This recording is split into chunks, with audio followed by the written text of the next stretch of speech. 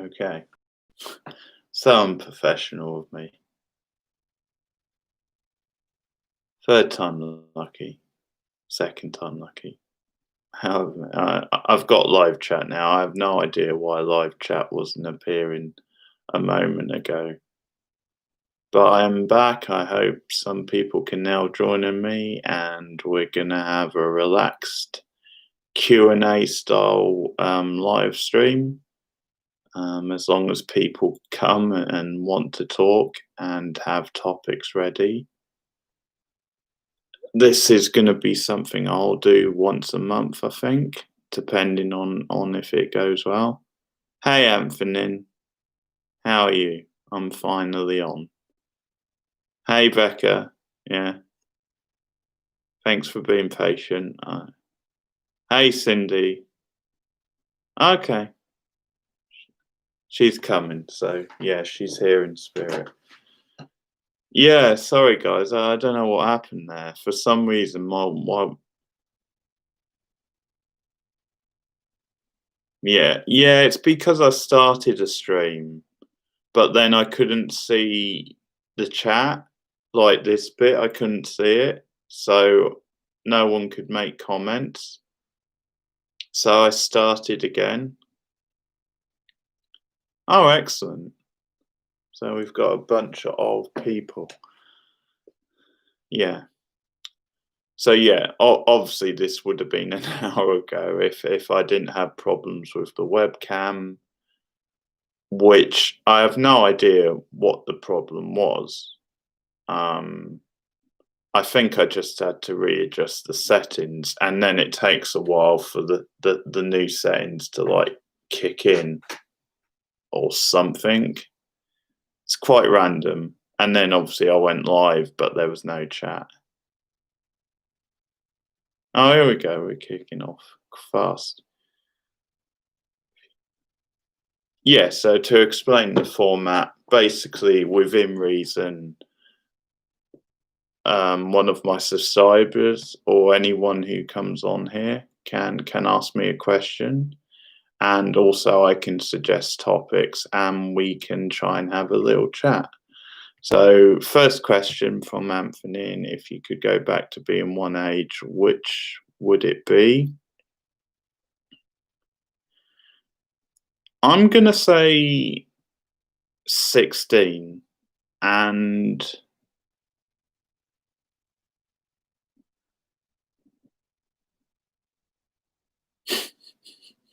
well, sometimes that's the best thing for it, just to drop it on its head. Yeah, I'm gonna say 16, and the reason is I have particular memories of that time of just certain things. I mean, 16, 17, I'm not really hung up on it being 16, but I just have certain memories of me, and the excitement of a certain age of like pro wrestling, because as some of you all know, I'm a big pro wrestling fan, and particular summers watching both WCW and WWF shows, like the big Monday night shows and stuff, and pay-per-views, and just the excitement of what wrestling was back in that time when it was like the Monday Night Wars, and just the unpredictability, and obviously getting caught up in it because like the NWO, for example, was such a cutting edge, like red hot faction and storyline at the time, and it was like just coming home each week from like whatever I was doing, like football training, or coming back from college or something, and just going to sit in front of the TV and just see what the hell's going to happen next on like WCW Monday Nitro. You know, who would defect to the NWO next, sort of thing. And certain memories I have of my last days of being at school and kind of saying goodbye to people, some of which I saw again, you know, at college. But, you know, that sort of thing, just certain memories. And also, I went to my first gig when I was like 16. So I started quite late in that sense, but I saw Supergrass in Leicester. That was my first gig, so that was a pretty cool first gig. I went to like 3 gigs in like 97, which was that sort of year. But yeah, just I think I would go back there. Like, I'm not saying I would want to stay that age forever, sort of thing, or that I think it would be one of those things where I would just go back to visit that time in a way, you know, because you've got to look forward, really. Um, the dog went through a bit earlier. Um, yeah, another question from Anthony. Sometimes, yeah, sometimes you sort of do.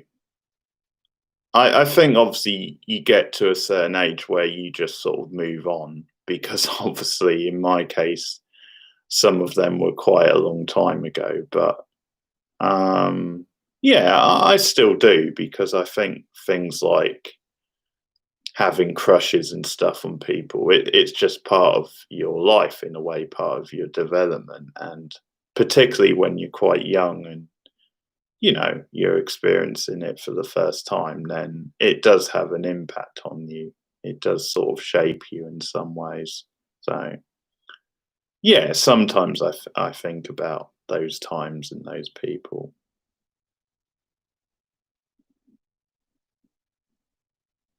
Okay, good question from Becca.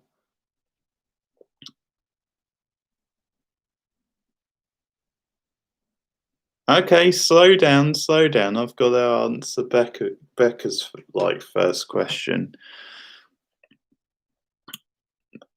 I would say the first time was around, I want to say 2005, 2006. Very precise, I know. So about my mid 20s, my mid to late 20s. And it was just because over the years, like my passion for film and TV had just grown and got to a certain point, and I just became quite good at kind of talking about films and summing them up, and just, yeah, that sort of rubbed off when I was talking to friends and they kind of noticed. And one friend in particular encouraged it and encouraged me to start writing reviews or typing up reviews like casually, and it just slowly kind of went from there. Um, and I think it was around that time. Obviously, it takes a while to sort of think, well, could I actually be paid for this? Um, and obviously, things change over time because now I think doing this channel, for example, I think experiences like this and the radio stuff that becomes, the best way to showcase myself. And it's a lot of hard work, but it is the best way to maybe try and get a foot in the door somewhere or to try and make some money from kind of what I enjoy doing, you know. So yeah, it was a while ago in a way, Becca, and I had to go back and get my qualifications, and I obviously did the whole uni thing, which I didn't do originally because it wasn't really an option. And so that was fun. It was fun to do that.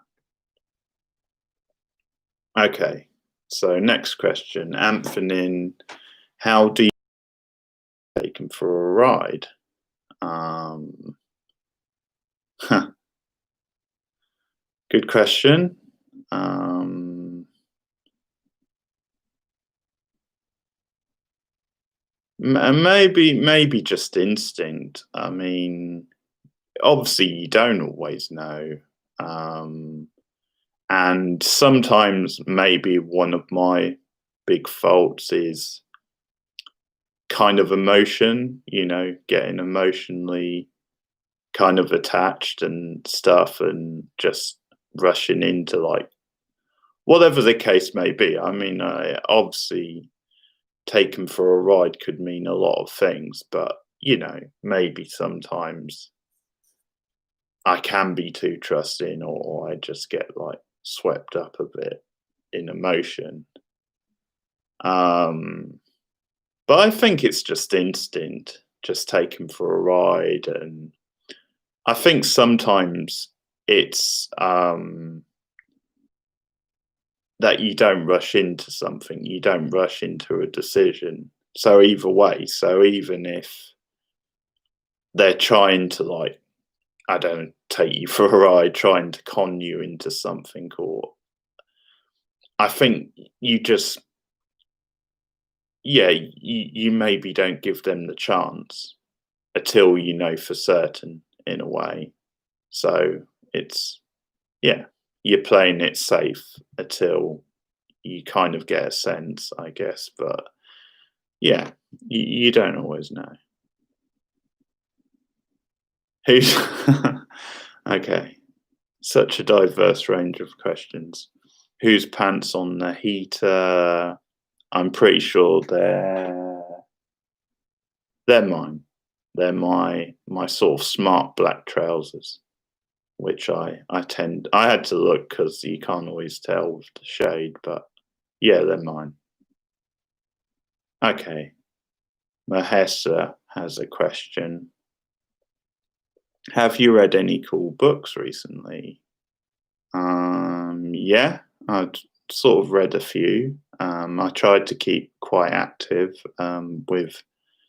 I haven't actually read as many books as I wanted to in lockdown because obviously that's something.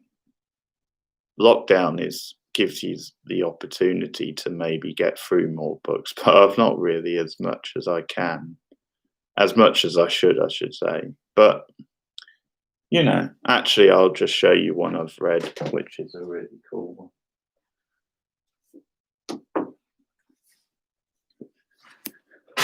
This TV the book is a really good book. It's just two guys who have listed their 100 favorite American TV shows,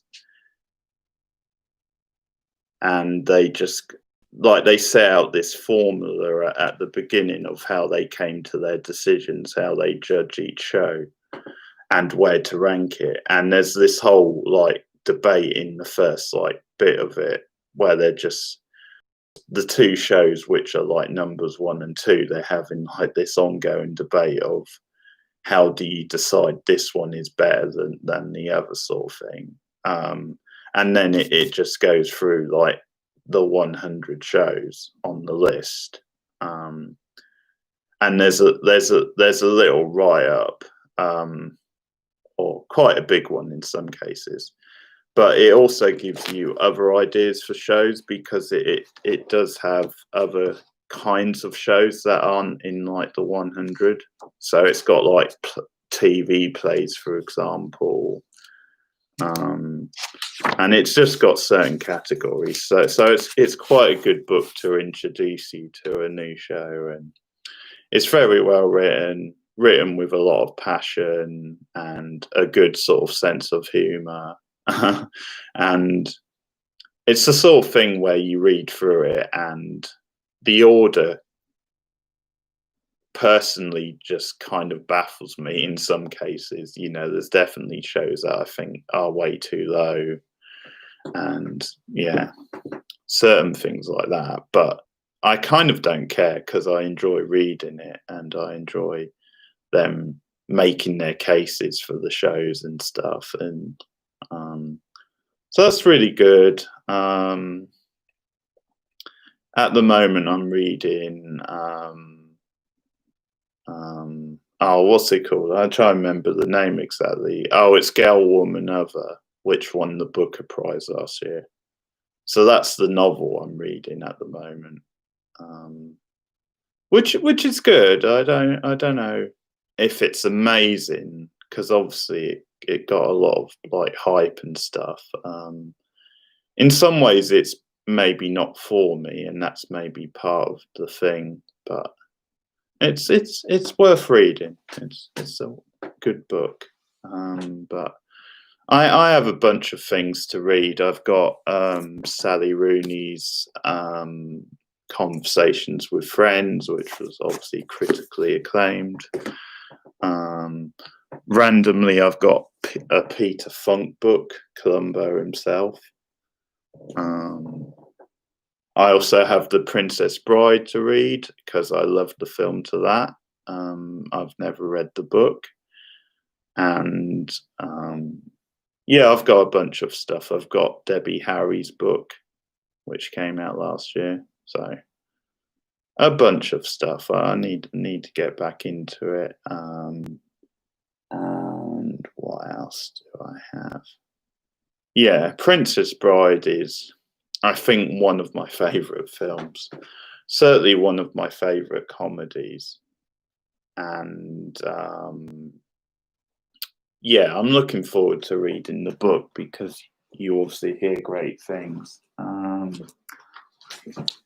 Also, another book I'll recommend, which is a TV book, is I Like to Watch, from Emily Nussbaum, who's a Pulitzer Prize winner, and basically TV essays, arguing my way through the TV revolution.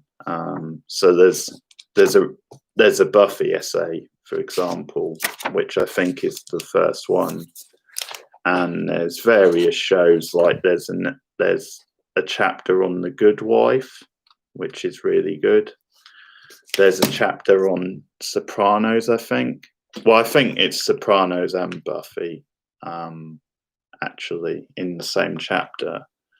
There's a really good one, actually, about the whole stuff with Louis C.K., because of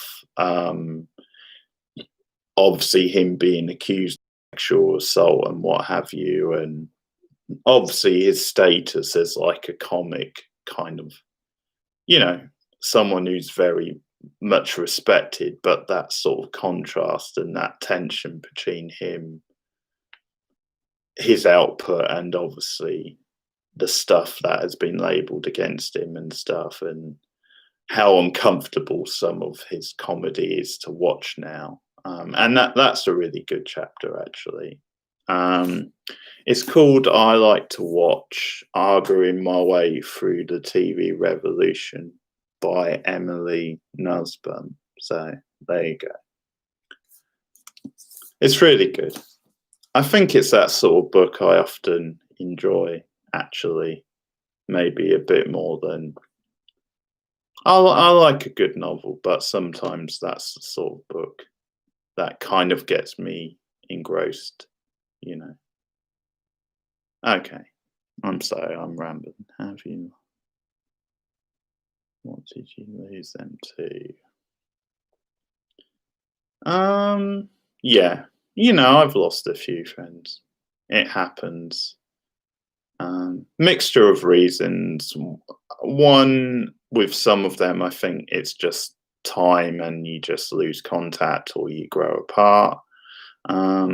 Other reasons, personal stuff. I've lost kind of friends, who I had feelings for, that kind of thing, where things kind of got out of hand, or, just turned a bit sour and they just felt they couldn't continue the friendship, that sort of thing. I won't go into details, but, stuff like that has happened.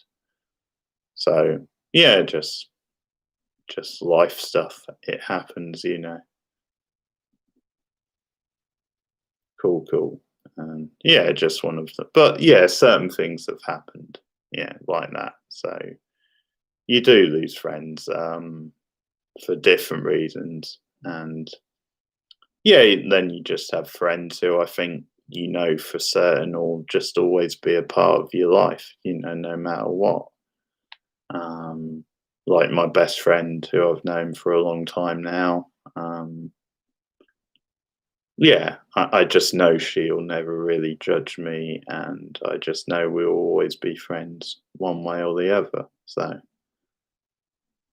there's that. So, do you believe in heaven and hell as a concept? Um, no, not really. I mean, I'm not religious, and I think it would have to be proven to me um, that they sort of exist or they could exist. And that's the thing. I think the burden of proof is always on the people who do believe them or believe in them. Um, at the same time, I'm not closed minded about it. And I obviously respect people who do believe in them. Um, and at the end of the day, no one can say for certain if they're real or not. Um, but yeah, I don't believe in them per se. Um, I quite like them as ideas. I quite like them as, representations of things. Because obviously, in a lot of, fiction and stuff, you can do a lot with the concepts of heaven and hell, good and evil. You can really play with it and explore stuff, which is interesting. So, but no, I don't actually believe in them. Um, Wattpad. You'll have to tell me, Mahersha, what's a Wattpad?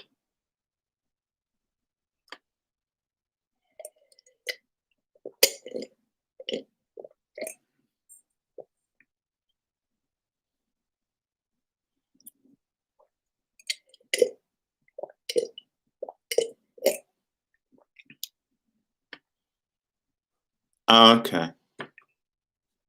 No, no, I don't. Not sure I've heard of it actually, but maybe one to keep in mind. DreamWorks animation. You might have to remind me which ones they've done. Um, did they do A Bug's Life? Was that them? Because obviously a lot of the Pixar ones kind of spring to mind, which is a different studio. What's that? Shrek.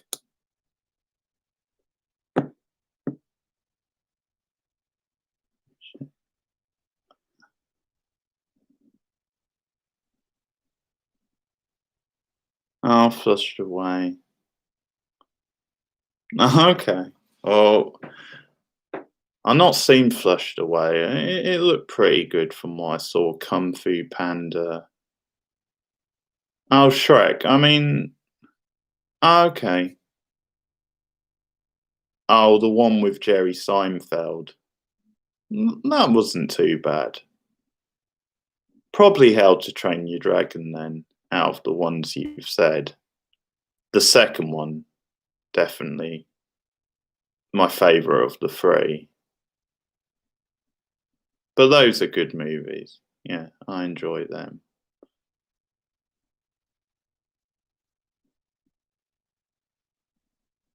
What do you think were your best reviews and why?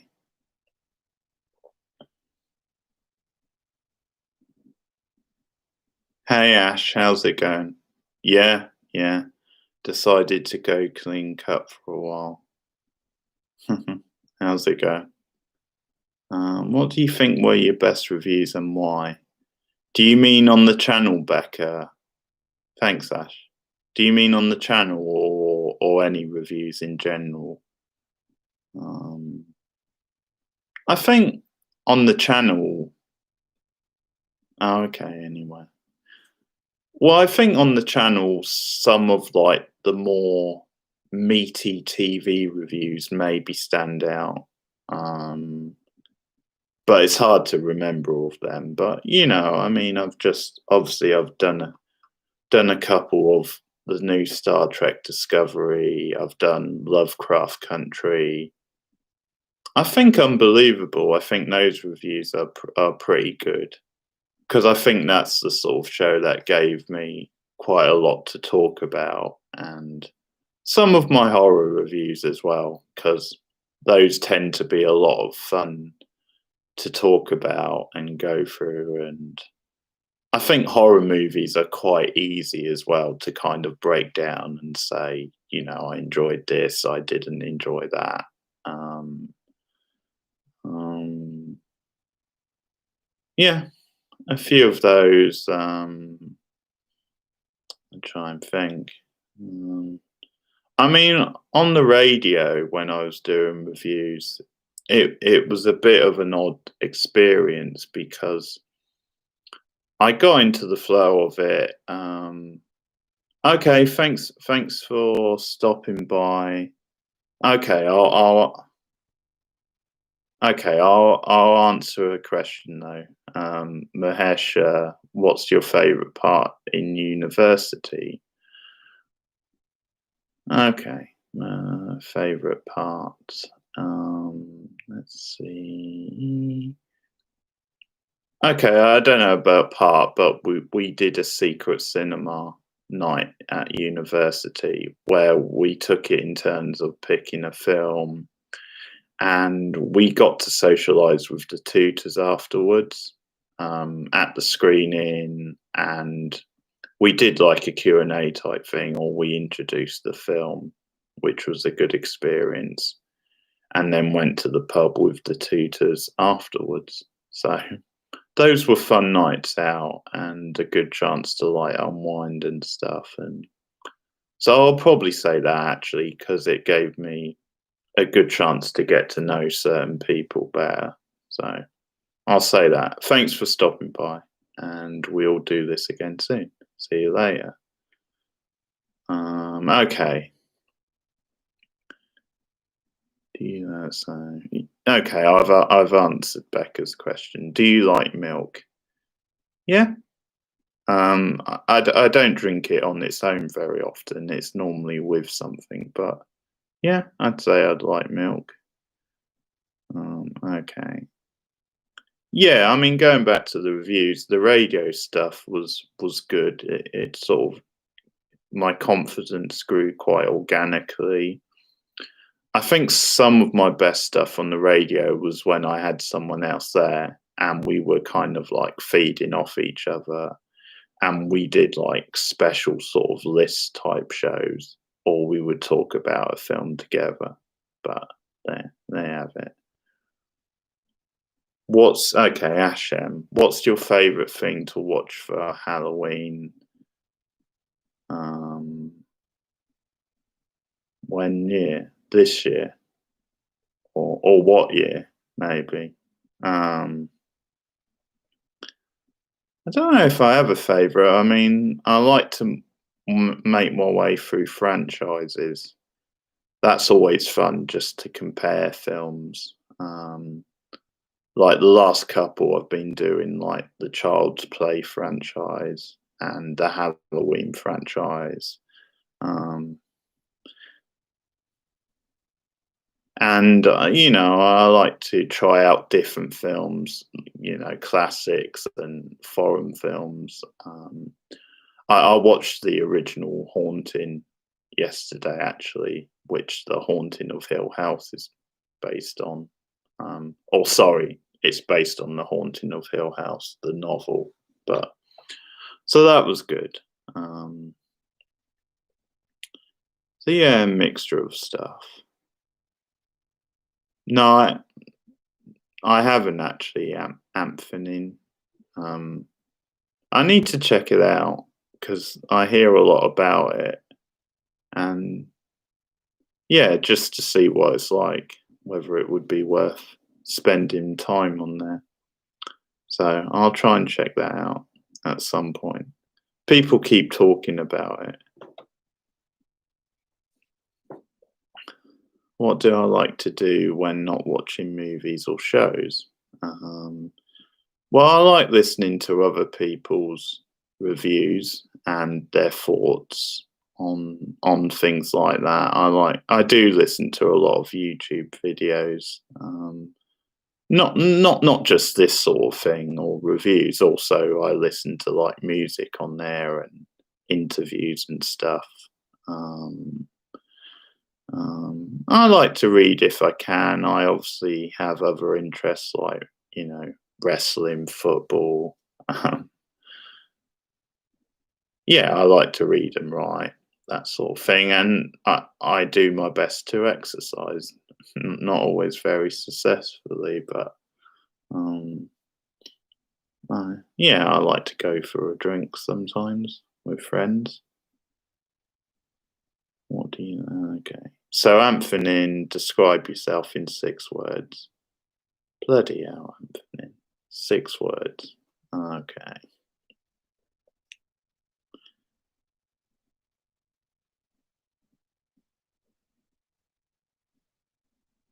I'll probably say. See, these are going to be random words, but um, passionate, sensitive, maybe. Um, honest, as much as I can be. Um, shy, a little bit. Um, till I get to know people and stuff. Um, um, well, I've said sensitive. Balanced. I like to think I'm balanced. I do my best to be, and nerdy, fun-loving. That's roughly six. So, yeah, I try not to take things too seriously. Favorite books. Okay. Well, again, sometimes which is a bit sad, it means I need to read more fiction, but sometimes they do relate to like interests. So Roger Ebert's memoir is very good. Um, Life itself. I really like that. I mean, it's the sort of book that you don't have to be a film fan to enjoy, because it's just going over his life in a way and his like experiences, and it's just so well written and sort of funny. So obviously there's a lot of film talk in it, but you don't have to be a film buff to like that book. um who else do I like? I mean, I like some of Bret Easton Ellis's books. I went through a phase when I was sort of big into him. um so the Rules of Attraction, American Psycho. Um, yeah, I'll have to think who else I've read. I mean, Ian McEwan, I really like. Um, Book called Amsterdam. Let's see, Angela Carter. I really like some of her stuff. Sort of dark, like gothic fairy tale type stuff. Um, yeah, The Bloody Chamber, for example, is a really good one. And as I said, I like some of the biographies, or actually a book I was talking about the other night on here. Mindy Kaling's book, her sort of first biography, is really funny and charming. Is anyone hanging out with me? Um, or hanging out without me, I should say. She kind of makes being a nerd and kind of aloof really funny and charming. But yeah, lots of books. Obviously, David Lynch's book, and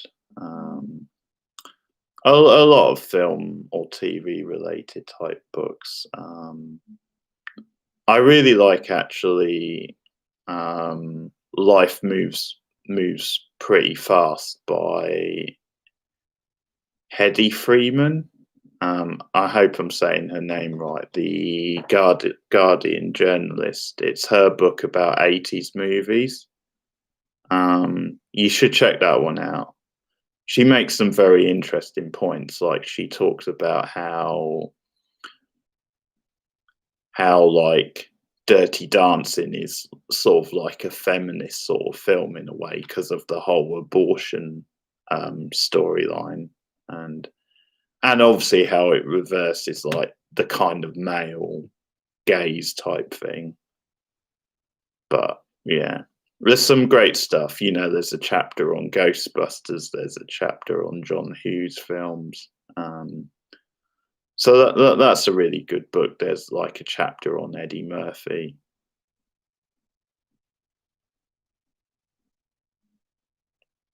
Hey, Sticky Fingers. Sorry, I was getting lost there.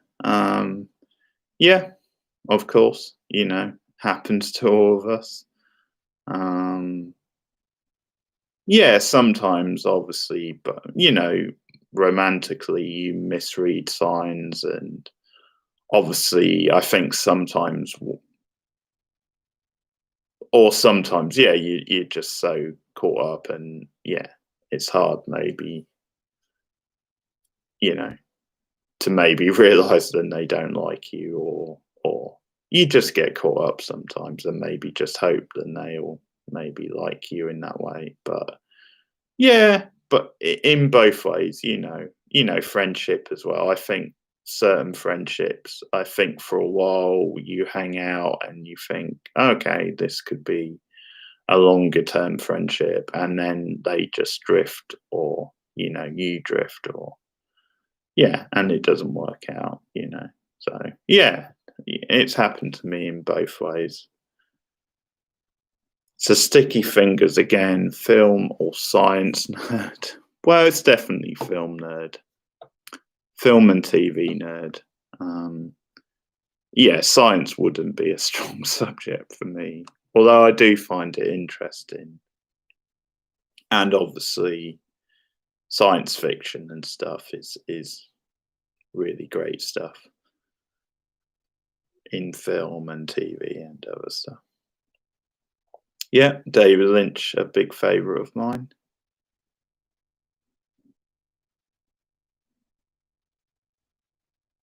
Yeah, Becca, I think so. I think there's some of them are returning stuff. I mean, I know Euphoria, the second season of that's coming in December.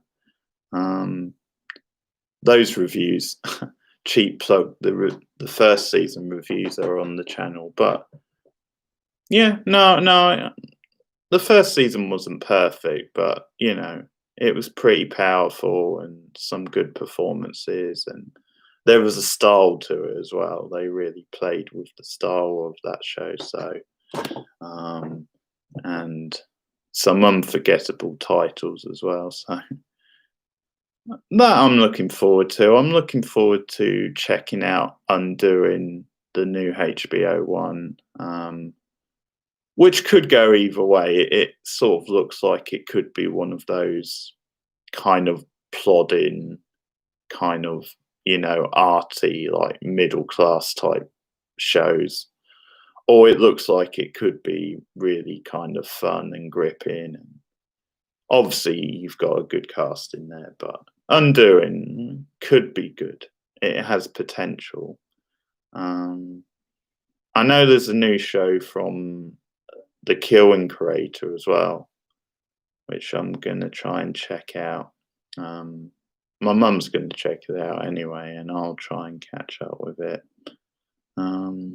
Second season of his Dark Materials as well, because I'm not really a big fantasy guy, but the first season I enjoyed once I got into, so I think those are coming out before the end of the year, so we'll check that out.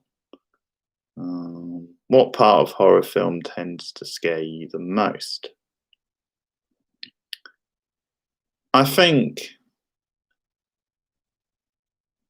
I think just moments that you kind of relate to, or moments where you can where it touches on something very raw and something that is close to your life or just close to reality, and just a certain kind of music or a certain like mood and yeah, sort of shot, just something about a scene, or just something relatable about a scene. So it's hard to pin down. I mean, there's many different reasons to enjoy a horror movie. Not just being scared, but that's probably my best answer. Okay, so this is a follow-on question from Sticky Fingers. What's the best way to deal with it, in your opinion?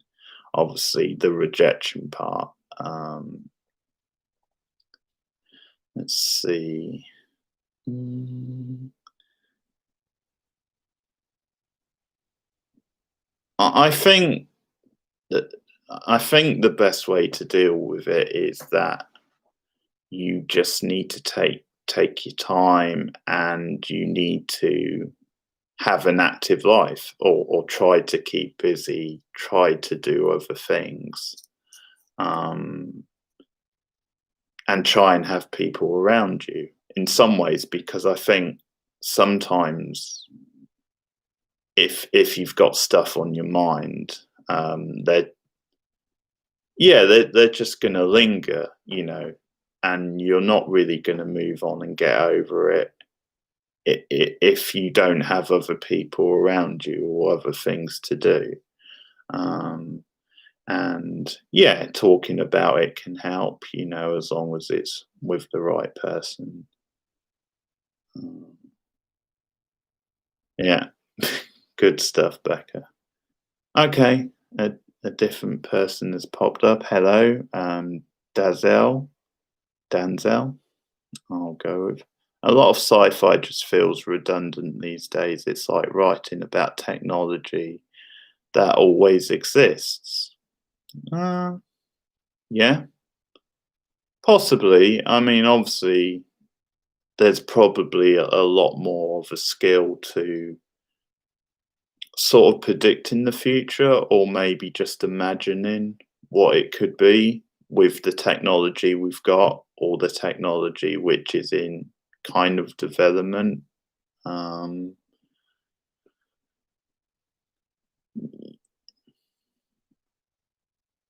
yeah, you might have a point. I think there is a lot of good sci-fi still, and it's pretty exciting. But no, I know what you mean. There's probably a point to that. Yeah, I need to check that out. Raised by Wolves. I heard good things. Well, I like the animation, Anthony. I need to read the book because, again, I don't read enough books. But it's no, it's a very interesting book, or story. It's a very interesting concept, and yeah, he was obviously really skillful in the way he brought these ideas and kind of made them mainstream, and dance between the two. There's something about that story which is like dark and disturbing, but he does make it quite playful as well. Um, and I do have quite vivid memories of the animated film. Um, yeah, good stuff. So I have to add it to the list. Yeah, actually, I mean, speaking of books, as we were earlier, um, some of J.G. Ballard's like sci-fi books I really like. Supercans I really like, actually, which is I've read a couple of times. That's an interesting book of his. But yeah, I have to read Animal Farm and some of Orwell's.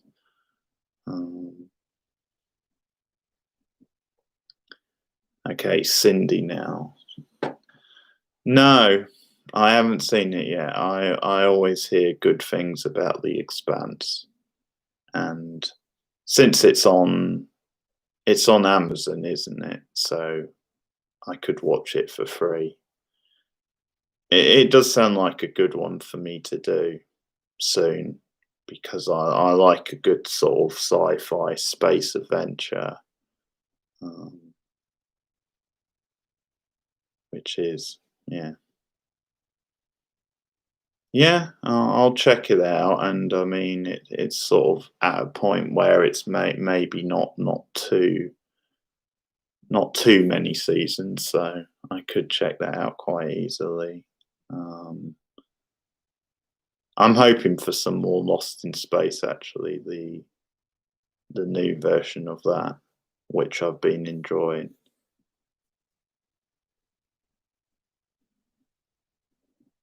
Yeah, I've been seeing the ads for that. Um, Again, it could be good, it could not be. You know, the ad doesn't really yeah, it's a certain kind of show and it's pitched in a certain kind of way. It's hard to get a feel for it based on the ads. Um, Also, it's a Sky One show, which worries me because Sky One don't tend to produce good quality normally, but we'll see. I mean, it could be them, you know, going for a more edgy type show. But yeah, it's one to check out. For some reason, I don't always go for adaptations. A lot on TV, you know. Okay, good question, Becca. Older show that would make for a good reboot.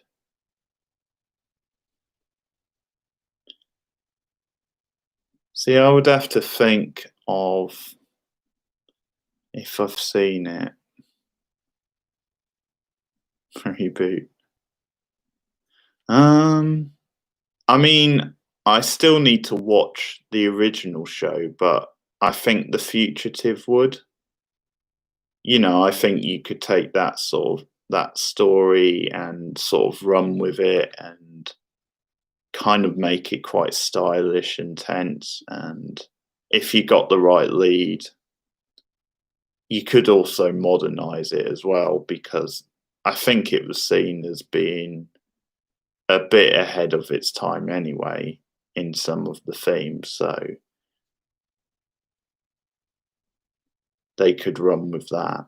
Um, so I would say The Fugitive,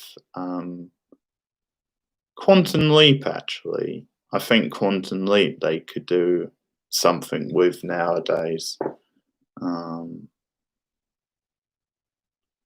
the first one I said was The Fugitive.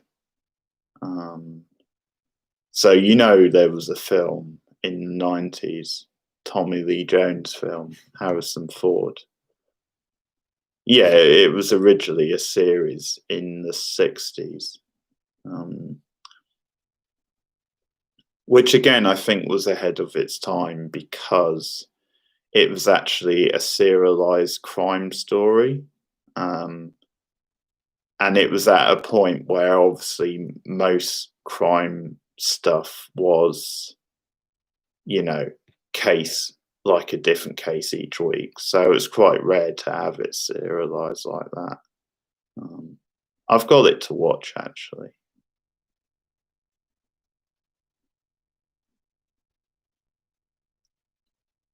I've heard of Shawn Mendes, Amphenin. I've not heard his new song. I've not heard much of him, so can't really comment. Okay, Quantum Leap.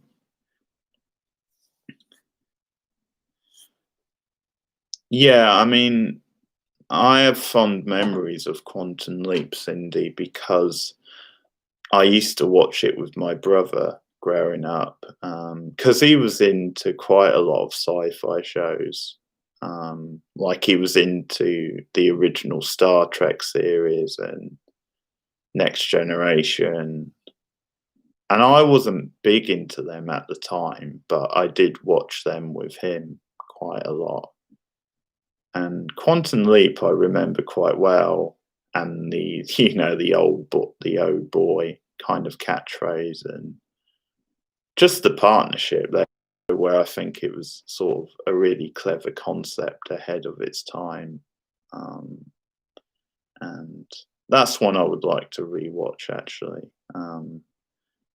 I've been obviously like watching Battlestar Galactica for the first time, and of course Dean Stockwell pops up in that, which is great because I love Dean Stockwell. The first show I got into, let's think, it was possibly a cartoon. It's tricky to remember. I remember being a big Turtles fan because I was like the right age for it. Because they started showing that in like 1990 or something like that, early 90s in the UK. So I was about the right age. Early cartoons and stuff like Danger Mouse and Scooby Doo, I got into early, and Inspector Gadget, stuff like that. Some game shows I really like the Crystal Maze, so that's something which, again, sort of early 90s, you're talking about me first watching stuff like that. So yeah, it probably was something like that, something that was either a cartoon or maybe a game show or something like that. Um,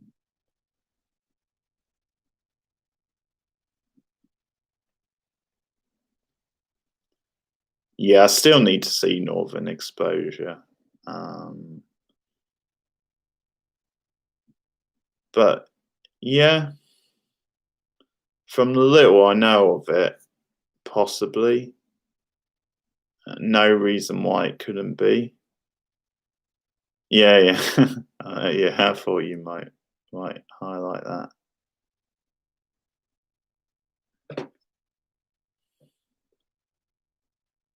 No, no, I've not seen that. It rings a bell.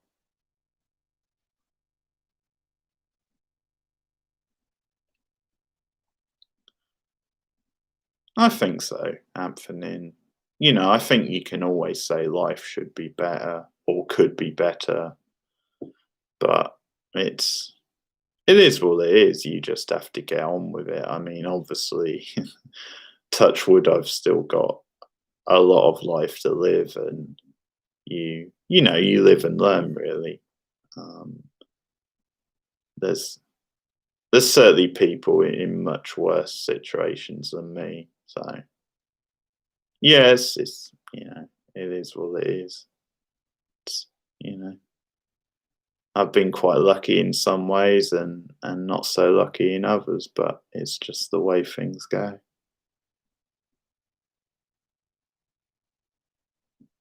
Okay, so Northern Exposure, I'll definitely put on the list.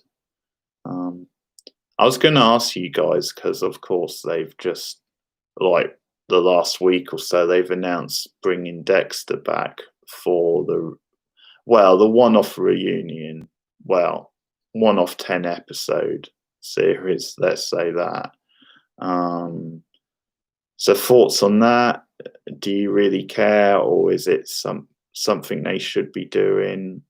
Like, how do you see it panning out? Like, would you be down for seeing more Dexter? um, or how do you feel about bringing shows back like that in general?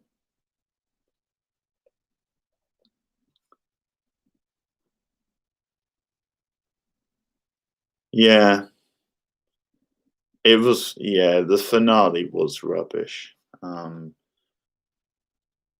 definitely the early seasons were better with Dexter.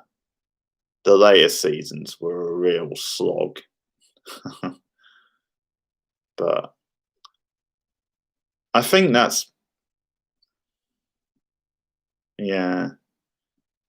I think that may be one reason I might give it a watch, just because it sort of means they can improve on the finale by kind of trying to give fans a good finale. And I think I'll watch the first episode at least out of curiosity.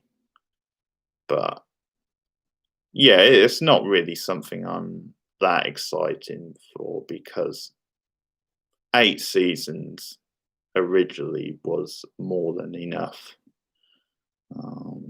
And I hope they bring back actually the Hannah character. She was one of the highlights of the later seasons. Um,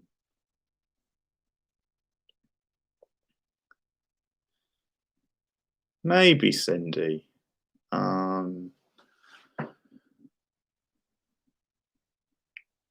Because you always get the impression with these shows, then they're a bit scared to like kill off a character like that, or have him caught. And the trouble with the later seasons is I think Dexter did become more unlikable as it went along. And you weren't rooting for him as much as maybe the early seasons. And you just had these scenarios where he kept like weaseling his way out of like getting caught or something. And after a while, you're just like, no, you want them to catch him, sort of thing. You almost want him to have some sort of a come up and sort of thing. But I don't know. I don't know if it matters that much at this point, but it might be quite interesting to see, how they would do it.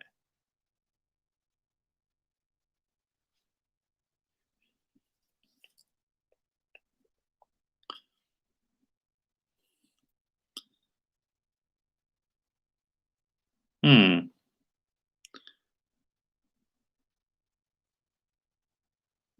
Okay. Yeah, I mean, that's tough to say because now obviously so many directors and people are working in TV in some ways. Um, I know there's talk of David Cronenberg having his own series, like turning his book into a series, but it got turned down at Netflix, I think, so he's still looking for a place for that.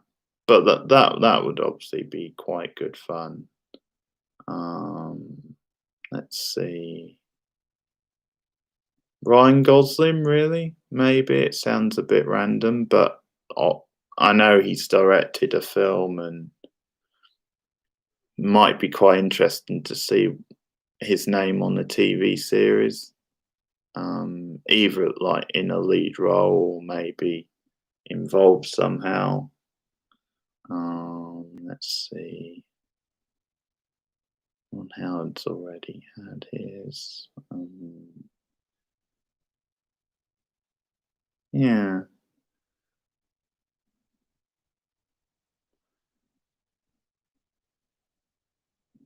Yeah, I think nowadays a lot of them tend to blur into each other, so it's quite hard to think of one that maybe.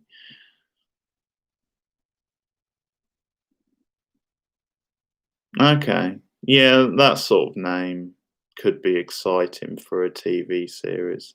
Afonso Cuarón. Especially since I think he's maybe peaked as a director, as a film director. He's had a good run of films now, and the time might be right for him to kind of, yeah, just try something on TV.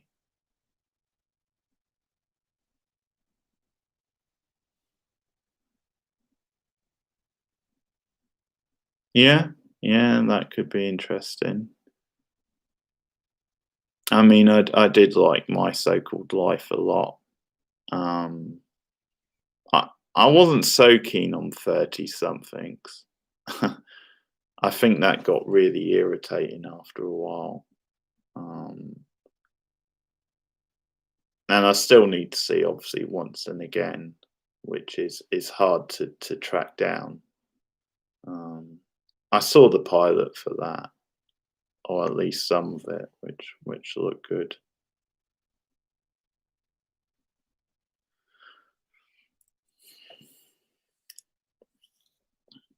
Yeah, so many. I mean, someone like Jodie Foster maybe for a TV series.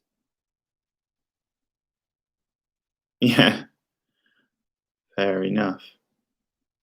Foster, I think she's directed a few films, so she could like show run something or be involved in something, um, or just lead something. Um, you don't see her that often anymore. She pops up occasionally, so Jodie Foster I'll put out there. Um, obviously,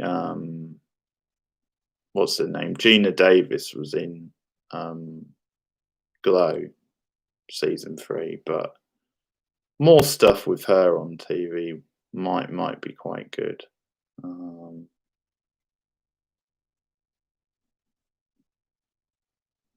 yeah, yeah, she's done a few films, hasn't she? And kind of put the hours in a way, I guess. Yeah, I think a TV show involving Foster would be pretty good. That could be fun.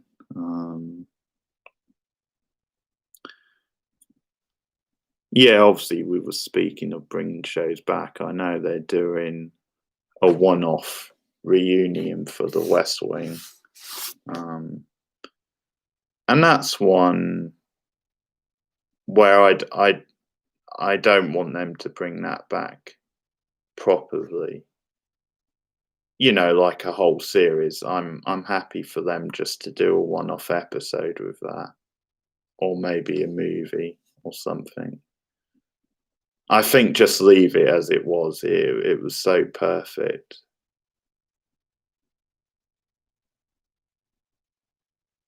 Oh, was it? It's already been out. Was just okay. Oh, that's a bit disappointing. That's a bit misleading because I'm sure it was promoted as some sort of like a reunion type episode. Okay, never mind.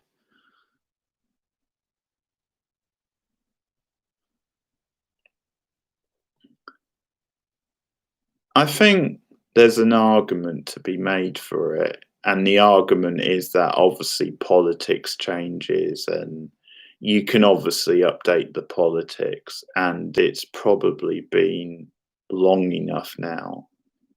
So I can see that argument, but sometimes when something like that is just so perfect already, um,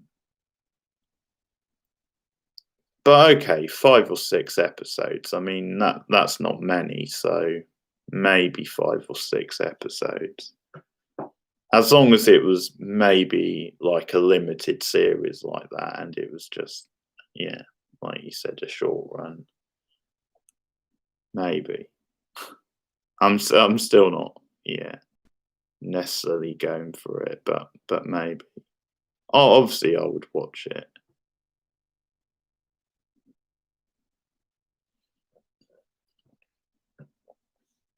Have you ever been told you cannot do something put into a box?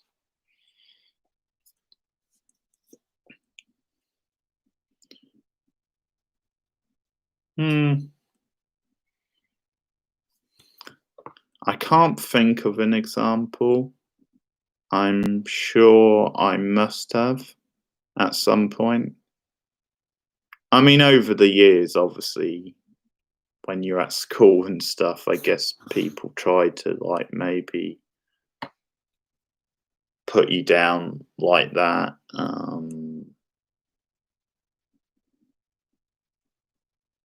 I don't know, I always seem to have good teachers that encouraged me and stuff, so I can't really say they did. Um, yeah, I can't think of an example, to be honest. I'm sure from time to time I have been told that, um, but probably not in, like, any negative sort of way. Um, so, nah, can't think of an example. I'm sure it's happened at some point, but yeah. Um, but yeah, anything you want to, like, bring up like that, like how you feel about it, just challenges you faced and stuff, and yeah, has it happened to you? But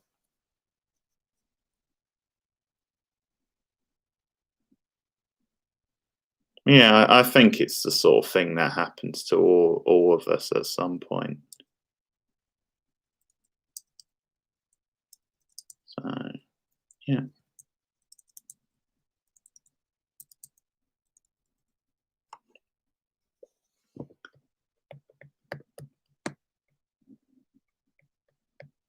I think. Have you seen the trial of the Chicago 7 yet, Becca? It is Chicago 7, isn't it? It's on Netflix now. Saw it the other week and enjoyed it. Good casting as well. Yeah, yeah, Sorkin writes and directs it.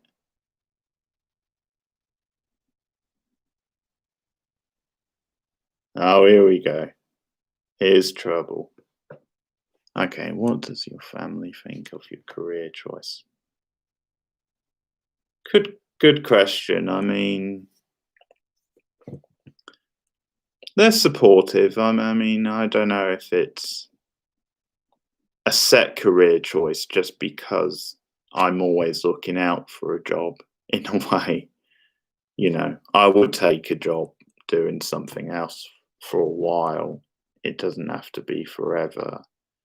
And this is a work in progress. And that's one thing to say. I mean, you know, I've never really been told by anyone I can't do this sort of thing. Well, apart from some dick at the job centre who was just a bit of a bully in a way, and sort of contradicts himself a lot. But yeah, just the job coach I had for a while. But yeah. Yeah, no, I think they're fine. I mean, it's mostly mum that I talk to about it and my friends, and um, they're fine with it. I mean, I think we're pretty realistic. Then the job market here is really bad at the moment, and if you're not in a job at the moment, it's very hard to get a job. But it's one of those things where you just have to keep plugging along and doing what you can. So okay,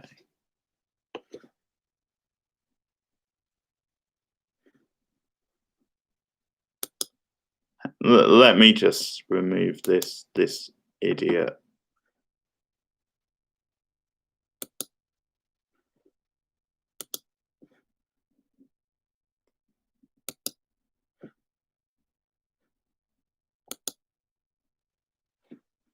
Okay, sorry, I'm not going there. Okay. What did they do? So the work coach, he was just one of these kind of sad, kind of yeah, like, pencil pushers. He was just so by the book and everything, and basically he would try and stop me applying for jobs that I had every right to just because they were in another city or something. And he would always just be really negative. It's like I would like get a job interview or something, or I would try to do something, and he was always trying to find a negative spin on it. And it's almost the sort of thing that if it doesn't come through the job centre, he was trying to pull it down, sort of thing. And just like threatening me with stuff. It was just all about ticking boxes for him. Um, and he was just very negative. And in the end, I kept complaining about him, and eventually they gave me another work coach. But the guy clearly doesn't belong in a public service role. Um,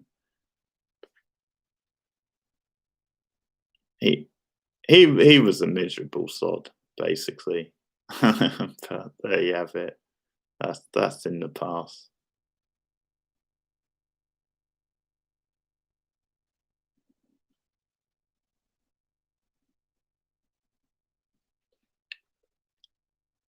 Um, I think tomorrow I'm gonna do a Buffy special. So the Buffy Halloween episodes, Cindy.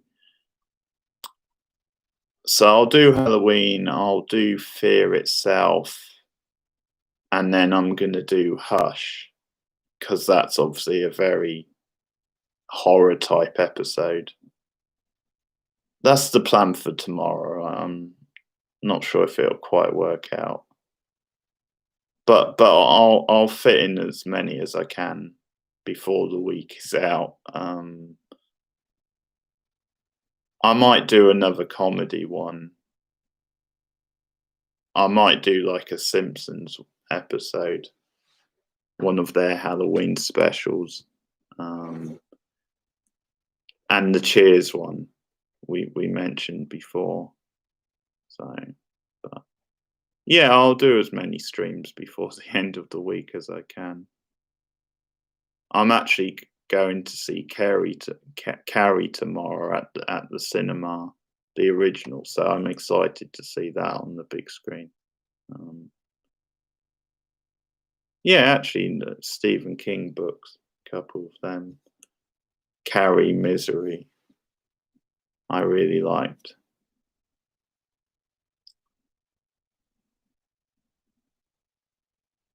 So where are we? Did they say?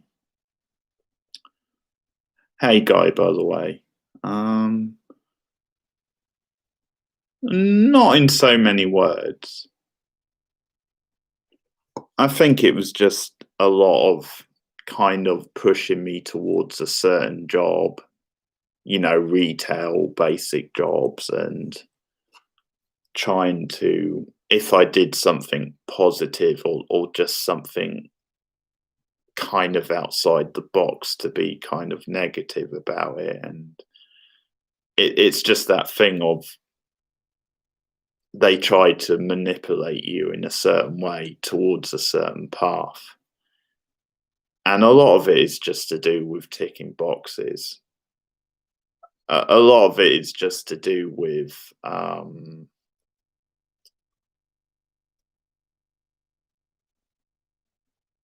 they have to do certain things. They treat you like a number, sort of thing. Um, and he has to go through the motions and kind of, yeah, just, whatever. I think I've summed it up. He's basically that sort of guy, scum of the earth, basically. But um, 6 words to describe life, bloody hell, Anthony. Um,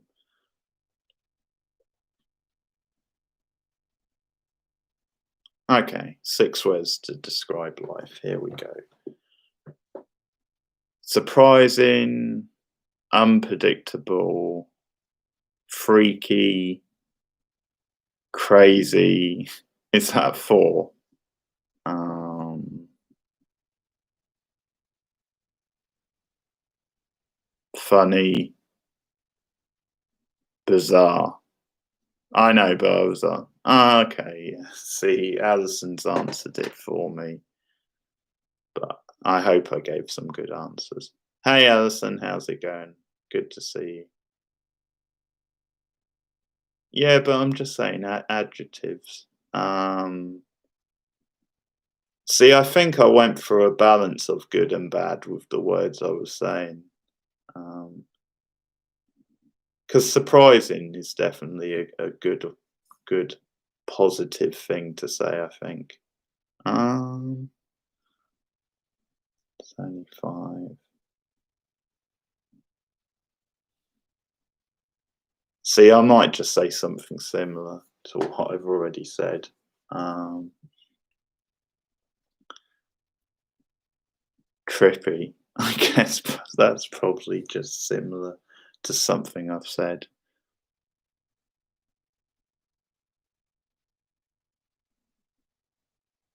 Better. Okay, that's cool. I'm sure Alison's being ironic. She loves her school kids, teaching them, and wouldn't change it for anything. How are you, Alison? Ask me anything.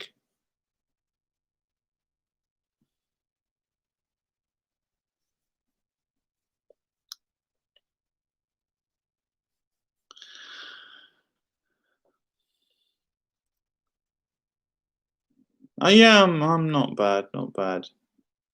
Oh, hey, Daniel. Yeah, I know. Another one from the Buffy boards. How's it going? I think I think so much of it is online now, Becca. Kind of getting work out there, getting your voice out there. Probably in as many different ways as possible, um, and to the widest possible audience. And it's very hard to get paid for it, but so much of it is about luck, um, because it's so competitive. And you know, I know I've got the talent to do it, and I know I can do it, but yeah, a lot of it is just luck. But the YouTube channel is a good way, because YouTube has grown in such a way then you can actually make money from it now. Um, and yeah, some people actually make livings of it. So I think the ideal for a while might be to make some money off it, even if it's only a little bit, but then do something else on the side.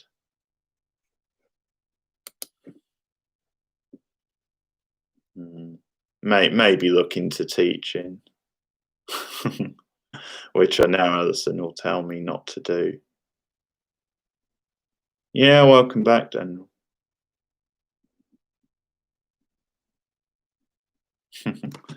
Okay, show you some of the dolls. So Daniel was asking.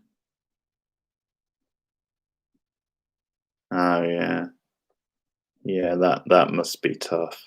Um, yeah, it's bad enough in this country. Okay, so I've got a Willow doll, Funkudo. There you have it, Willow in her lovely case. Got a Spike one there.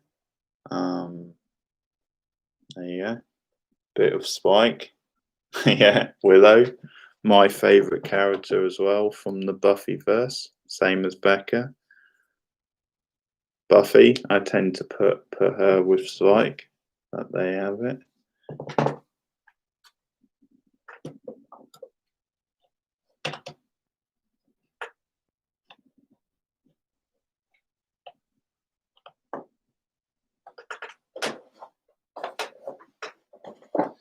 I don't know why Oz and Buffy are near each other, but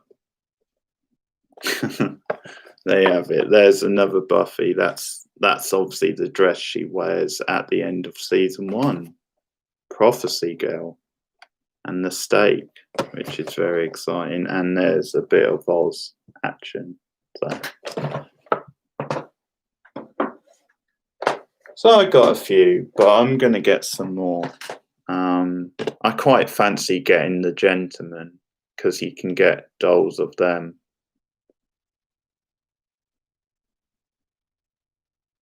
Yeah. Yeah. It's hard to know whether to do that. Sometimes it's nice just to leave them in their displays.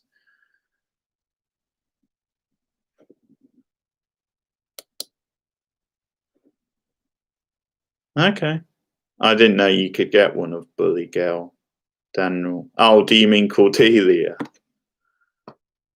Oh yeah, I would love to get a Cordelia one. Along with Faith. Faith would be a good one to get.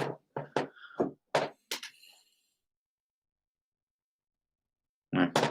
So yeah. So Willow, obviously, Spike, Buffy, Oz. There's Oz.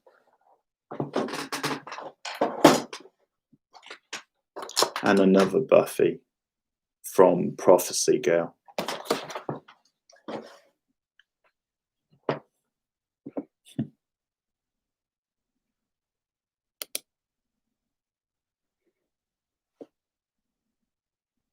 Okay, cool. Okay.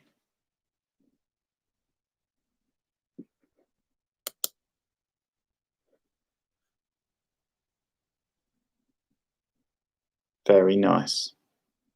Season 3 of which show? Buffy or Angel?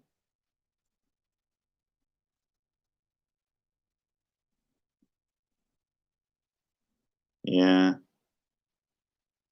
I think that they're quite nice as displays, so it's quite nice to have them in the case. But it's good to take them out once in a while.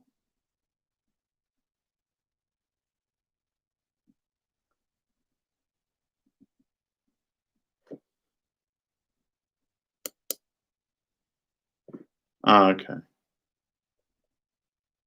Yeah, it makes sense to at least see the first 3 seasons of Buffy before watching Angel. But yeah, season 3 of Buffy, very good. Really good season.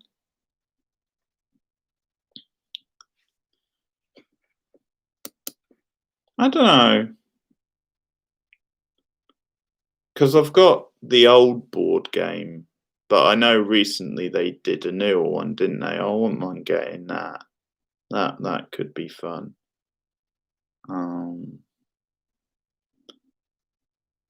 Maybe just some. I don't know. I would have to think. There's probably quite a few. I actually don't have any T-shirts of Buffy, so that would be good to get some T-shirts. But okay, Daniel, cool.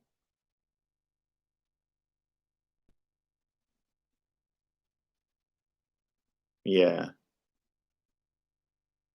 I'm sure there must be. Something I need to do at some point is to watch them kind of in the right order. So watch the first 3 seasons of Buffy and then start Angel season 1 at the same time as Buffy season 4. Because then you get even more out of the crossover episodes.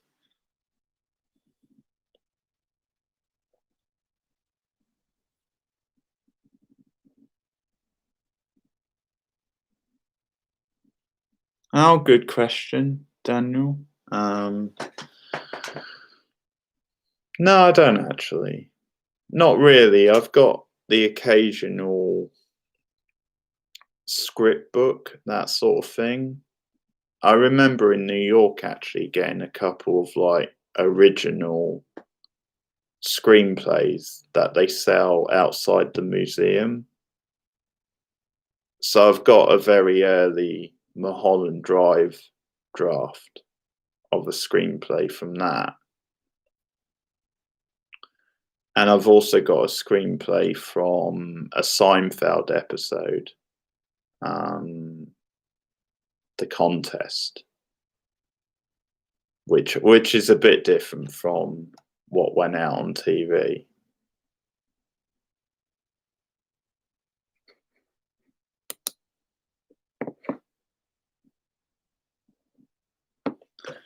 Very so was that the script one they used, not a reprint? I don't know. I don't know. I think it's just a very early draft, because I did notice differences. The Mulholland Drive one was quite a bit shorter, I think, and there were certain things that were left out, which just was in the final film, like which made it quite a bit shorter than it would have been. But the Seinfeld one was different because obviously that's only like 22 minutes anyway, and just certain choices were different. Like, I mean, if you've seen the episode, there was a different choice for the bit where he's watching like the uni tunes and it's like the wheels on the bus, he's singing along to that, and they just changed that to something else. But yeah. Hey Minnie, good to see you.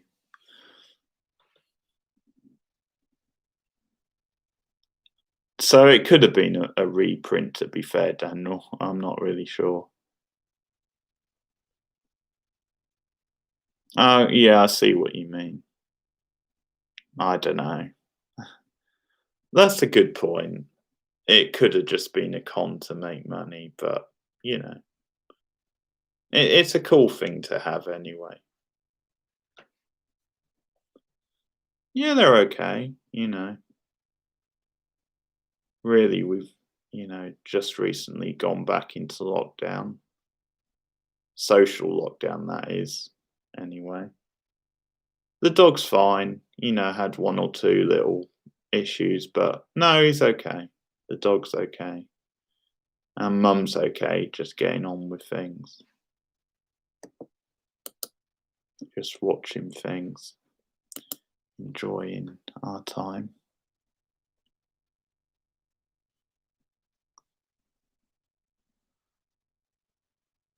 Okay. Oh, does it? Okay. Yeah, I need to catch up with New Mutants. Um, I heard mixed things, but I heard it wasn't too bad. I think not the disaster it could have been is the overall feeling. So I will check out New Mutants at some point. I'm planning a few cinema trips this week, actually.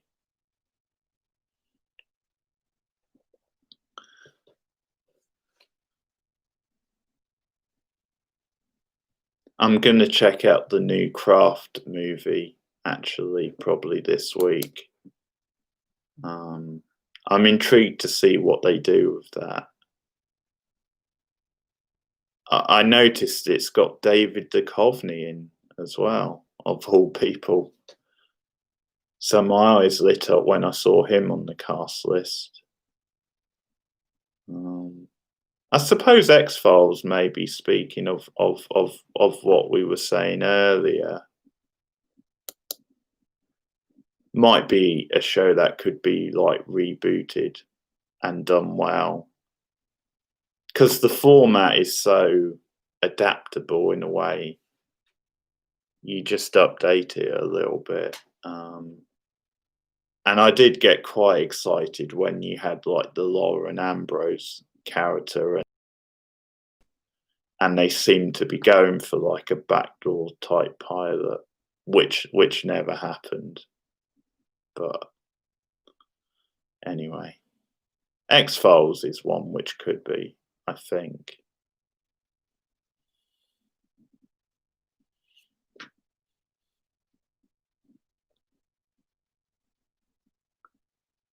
No, Cindy, I didn't hear that. Okay, they're flying at me now. Do you mean of the recent return series, or do you mean the original finale?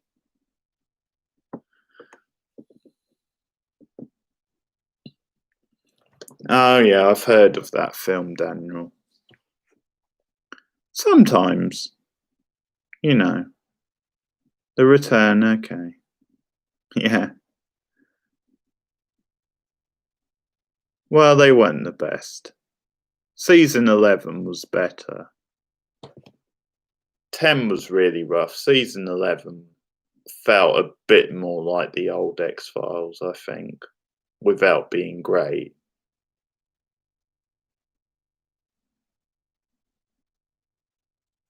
As I said, that drone episode was wow. As I said, it's either genius or absolutely ridiculous. I'm not sure which. Yeah, I think a lot of people feel that way, Alison. Yeah. Okay, I'll go to Becca's question. How would you feel if all movie theatres closed forever? What do you think they can do to stay viable? Hear about.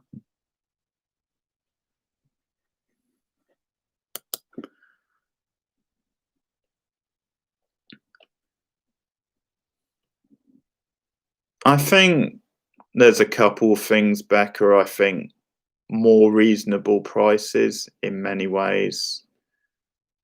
Um, I think more connection with the community in some cases. Maybe bigger cinemas don't do enough in that way. Um, I think one thing they could do to stay viable, and one thing which I think could happen anyway in the future, is maybe more older screenings. Like, I think that could just become what cinema is in the future. Go into the cinema. I think they might just show older films and not new releases, and it might just become kind of a thing. Because obviously, we've seen now with lockdown, they've reissued a lot of films, and they've actually been doing well, quite well, those screenings. Um, and I wouldn't be opposed to that being the future of cinemas, because it would give it a special feel, maybe.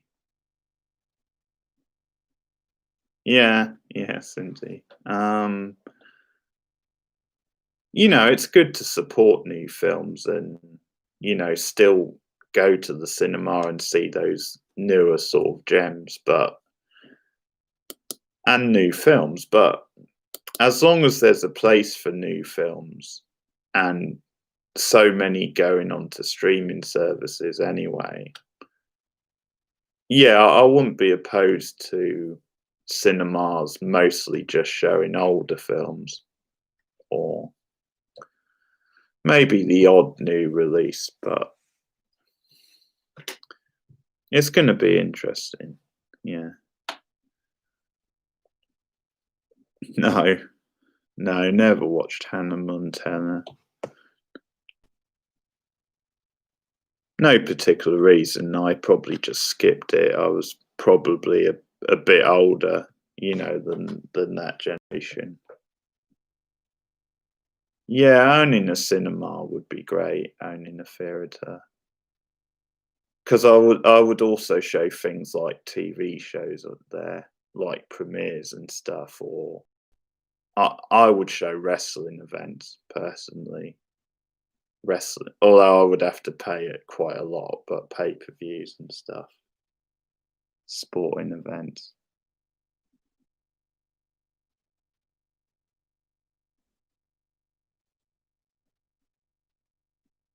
Okay.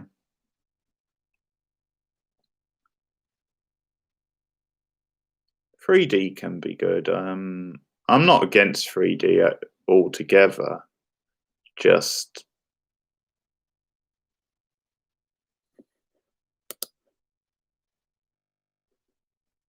just not everything in 3D. You know, some films work in 3D, other doesn't don't. Yeah. Yeah. See, I like the idea of TV premieres being shown in cinemas. Yeah, possibly. No. I'm not, Cindy. I'm not a big fan of the first film. Obviously, it was an experience seeing that in 3D and the visual style, but apart from that, it was pretty poor, and we certainly don't need 4 sequels or whatever it's getting. I think there's better ways for Cameron to spend his time, really. But I'll check it out of curiosity.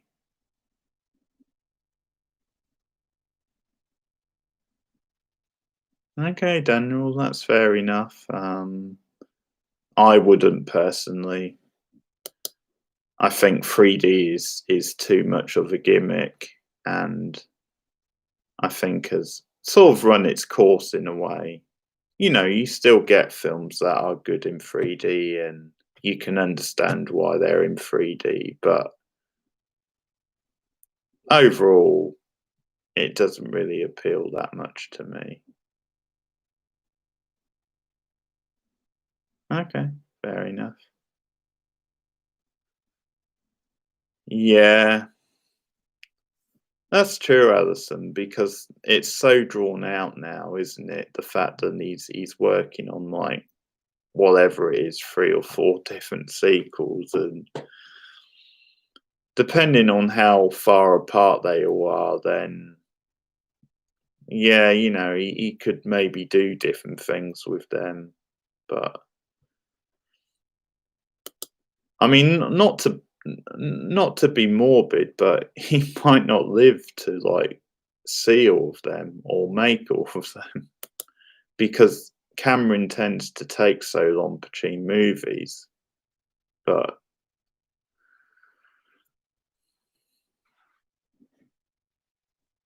then again, maybe if he's shooting them all together, and they might come out quite quickly. I don't know.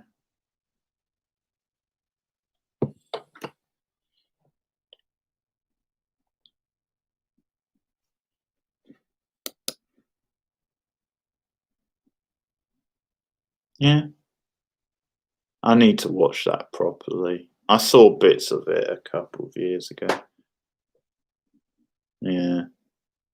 With more cancellations, how much more do you think COVID will affect the TV landscape?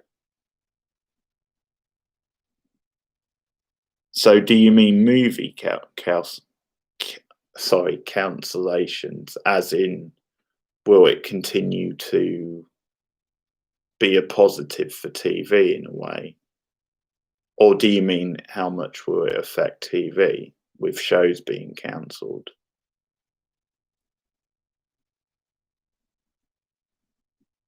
I guess certain shows have been pushed back, haven't they?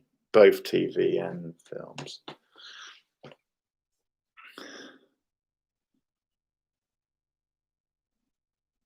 I can't see it affecting TV too much at the moment. Um, I mean, maybe on a certain industry level, like actors and stuff, it could maybe. Yeah, I mean, it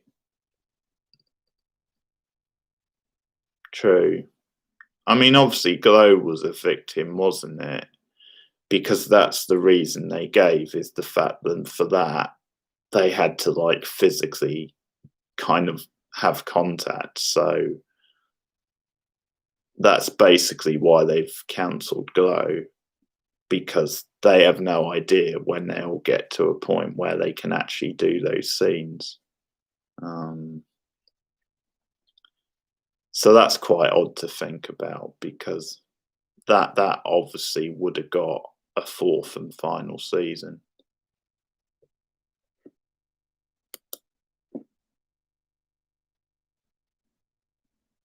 Um, there's talk of them doing a one-off film maybe to wrap Glow up, which I would be up for.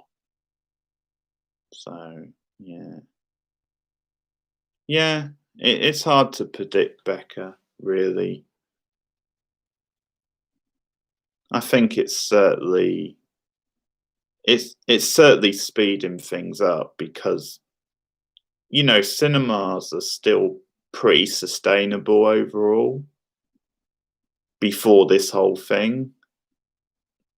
It's certainly, I don't think streaming has affected cinemas as much as like it's affected like music and record sales in that sort of way. So yeah, it's hard to predict, but it's certainly, the whole situation has certainly created new problems, and it's maybe speeded issues up as well, issues that might have become issues down the road. Um, Euphoria season 2, Alison. I want to check that out. That's quite an interesting show. Um, Undoing, I'm going to take a look at. I think that could go either way, but his Dark Materials, the latest run, even though I'm not a big fantasy guy, but that, I quite enjoyed season 1 of that, series 1, so I'll check that out. Yeah, Fright Fest is quite good for that, Daniel. Um, you tend to see some good gems, and obviously it's good that they're still doing like virtual festival. Not really, Cindy. I actually don't. It's No, I mean, some of the American stuff I like. It's a bit more far back. I mean, obviously, I love shows like 30 Rock, which even that was a while ago now. Community I like. Parks and Rec I like. Obviously, then older classic stuff like Cheers and Seinfeld I like. Um, Arrested Development I like. Yeah, it's been a while since I've seen a new American sitcom, actually.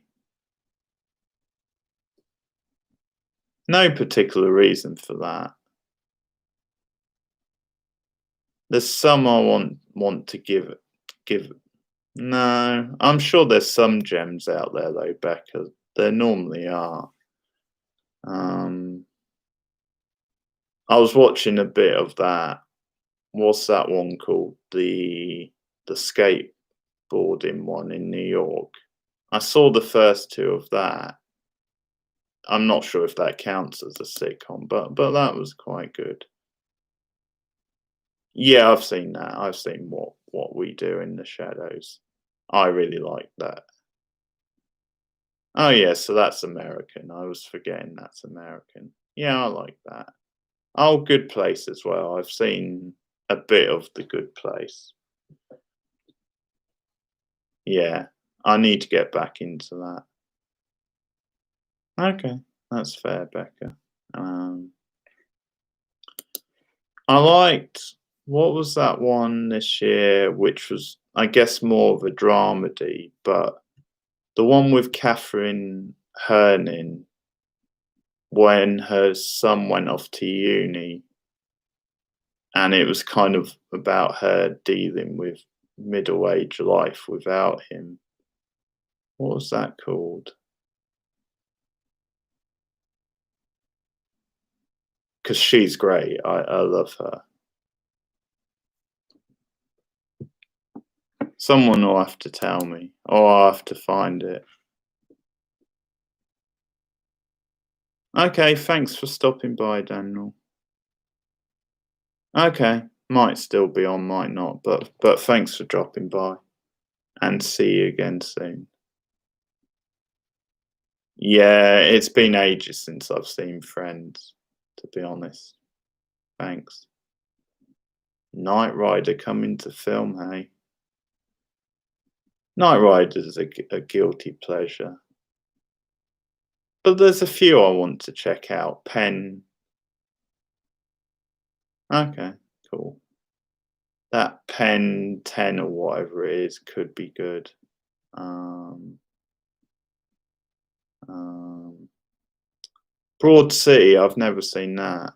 You know, some people rave about that.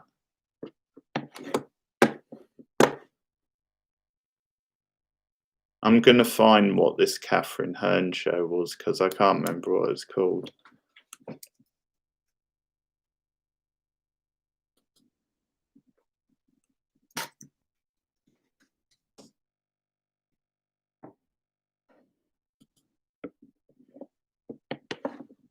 Okay. Oh, Mrs. Fletcher. Mrs. Fletcher, that's the name of the show. You should check that out. It's brilliant. Yeah, I need to. Yeah. Well, the thing is, Cindy, I'm a big Sleater Kinney fan, so I'm interested in seeing that show just for because she's in it. I've read her book actually, her memoir, um, Kerry Brownstein. That's a really good book. But yeah, I need to check that out. Oh, is he? Okay, cool. Yeah, Mrs. Fletcher is really good. Um, what's the comedy I reviewed on here this year? It was British. I can't remember now. It had Lisa Kudrow in like a small role. Yeah, it's British set. It's on the channel. I reviewed it this year. They showed it on Channel 4. So yeah, you still get some good ones. I think there's just so many nowadays. Oh,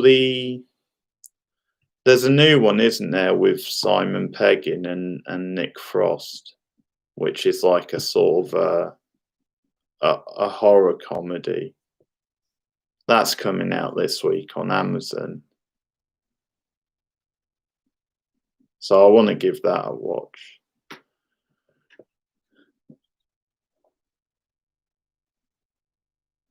Could go either way, of course, but it's got a chance of being good if they're in it.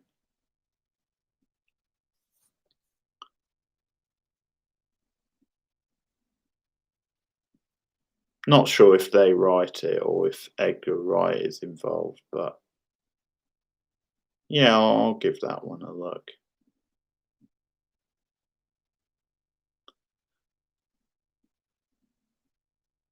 Probably Cindy, but it's the nature of the beast, you know. Um, I think the Netflix model is just about catering to as many different tastes as possible. Um, yeah, I agree, but luckily there's still enough that I like on Netflix to justify it. you know, there's still several worthwhile shows that pop up there over the year. So, but I know what you mean. It has become more diminishing returns. I think Amazon has become a bit more about quality and niche sort of quality in a way out of the two. Um, it's funny because I think Amazon has the better back catalogue easily, and they're definitely better for movies, Amazon. But Netflix is still better, I think, maybe for original content. Um, certainly with TV shows. Um, that could change, of course, but yeah,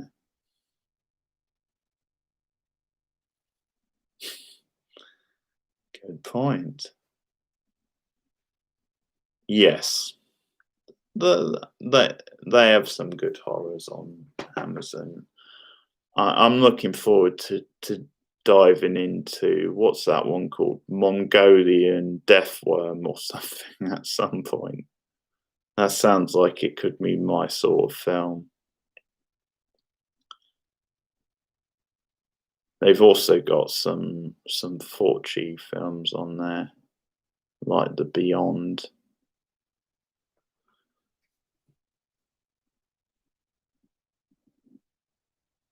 Although they might not have Mongolian Deathworm on US Amazon. I'm not sure, but it's on UK. No, not yet. That's going to be Netflix, isn't it? Resident Evil. Oh no, Resident Alien. Sorry, I thought you said Resident Evil. Sci-fi show trailer. Okay. No, I don't think I've heard of that. But there's a few popping up. It's quite busy between now and the end of the year. Okay. What else did they talk about on the TV news, Cindy, the other day? I'm trying to remember.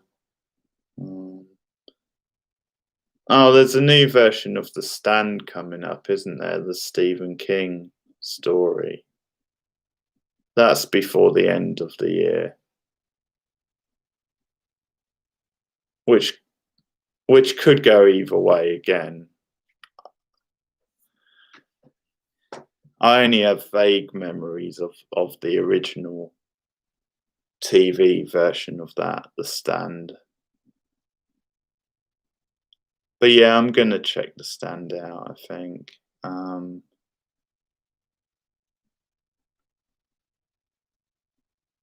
I remember they sort of they were quite down on they mentioned something which was young adult. Oh, it was I Know What You Did Last Summer. They're doing another like a TV version of that they mentioned, didn't they? Which oddly I might take a look at.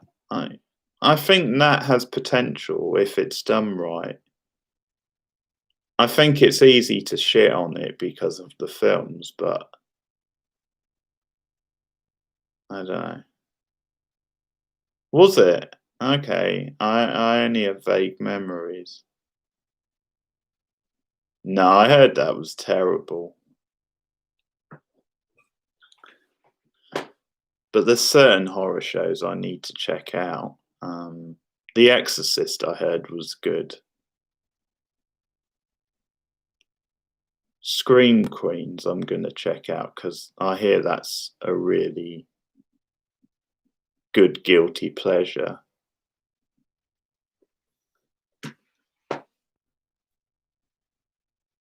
Quite a lot.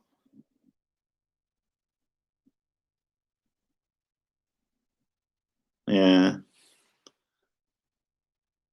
See, I might give that one a go, the new TV version of that. I think it could work oddly. I think they just roll their eyes every time the word young adult pops up.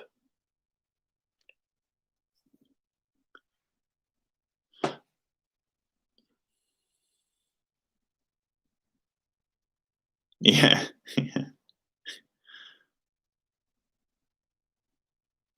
Well, that's why they're being left behind. I think they rely to a certain point, then there's a built-in audience for that sort of thing that'll just watch it regardless. But over time, that's obviously going to change.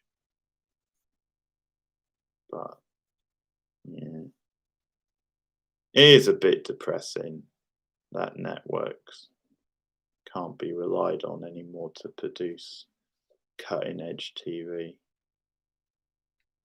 The odd exception, of course.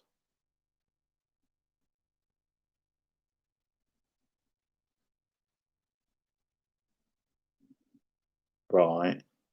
Okay.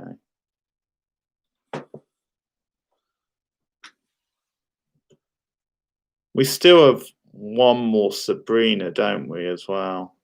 Chilling Adventures, the final sort of part. Is that coming out this year or next year? Because I enjoy that as a lighter watch.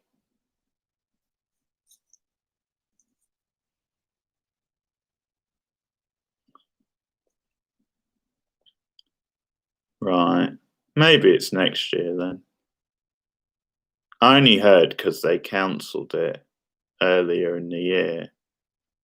But they did say they were doing one more part to it before wrapping it up. I just thought it might be this year, end of this year, because the first part was early in the year, but depends if they'd really done anything before the whole lockdown. I don't know. And we still haven't got Fargo in the UK. I'm so pissed. Are they still? Because it's normally on Channel 4. It hasn't come out here yet. Came out weeks in the US. What the hell are they doing?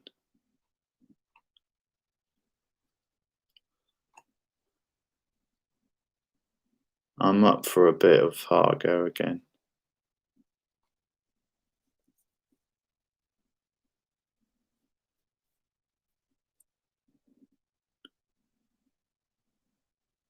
Okay.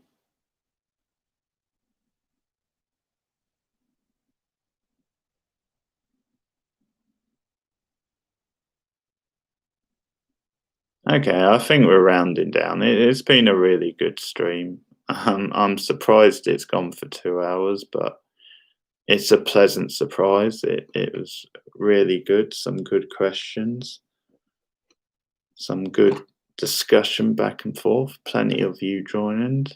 So I think I will make it a regular thing, maybe once a month or something, bit more. But thanks everyone, it was good.